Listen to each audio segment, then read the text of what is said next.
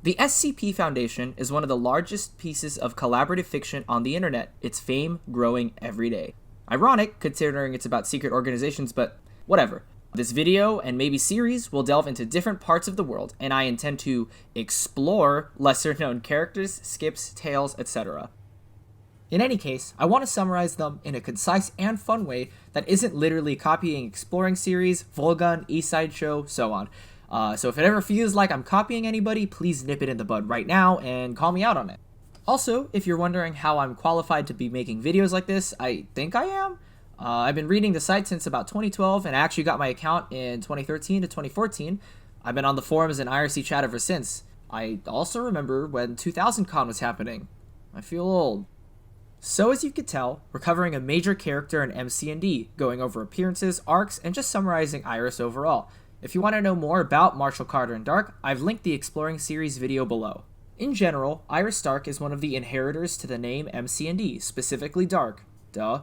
For Randomini, this is explored heavily in Wills and Ways, a currently incomplete arc about the inheritors, inheriting their portion of Marshall Carter and Dark.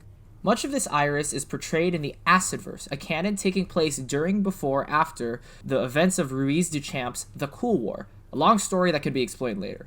In this run, she's consistently quick-witted and smart, but plays it more fast and loose, as the events take place early in the inheritance and not as a completely established high-ranking official.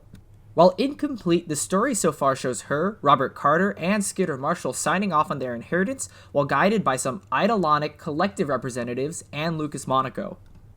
For DrChandra, a lot of her character is dealt with in All That Glisters, which includes tales and objects. In that run, she's portrayed as a pragmatic, loyal, to practical extent, and efficient individual, attempting to accrue ventures for MC&D without the same level of excess and avarice that would befall a shareholder in her position. She's not a trust fund kid, it's a trust fund kid joke. She has a mentor-mentee relationship with Percival Dark, her grandsire, as she has various conversations with him on forwarding MC&D, business, or any other productive topic. She's also 5'4".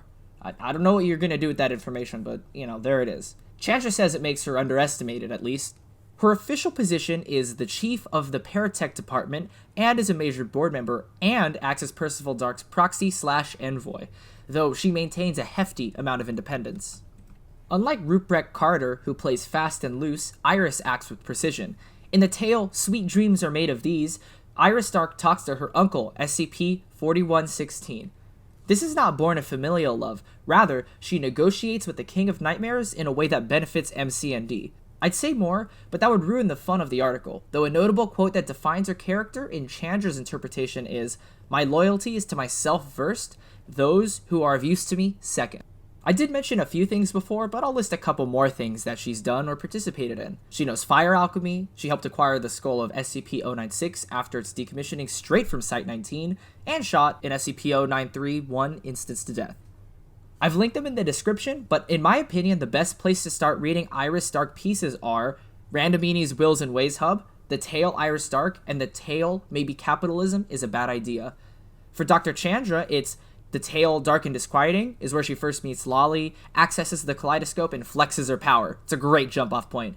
The tale and the world felt like nothing, amen. The GOI format Osteotronic Cubes connected to the tale Iris Stark, and the GOI format The Dark Web. For other authors, SCP-5579 and its supplement by T. Rutherford, which fits into Randomini's canon tangentially, Chewbacca's short and incomplete tidbits of Iris against MC&D at Deer College, as her grandfather is about to use her as a younger husk for his soul or something. And you're also allowed to read however you want and disobey what I'm saying. The SCP Wiki is fluid and no one path is the correct one. So there we have Iris Stark, a compelling and well-rounded character in the universe of the SCP Foundation.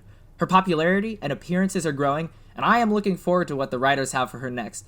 If you like that and want to see more, share, like, comment, and subscribe. I'll catch you in the next one.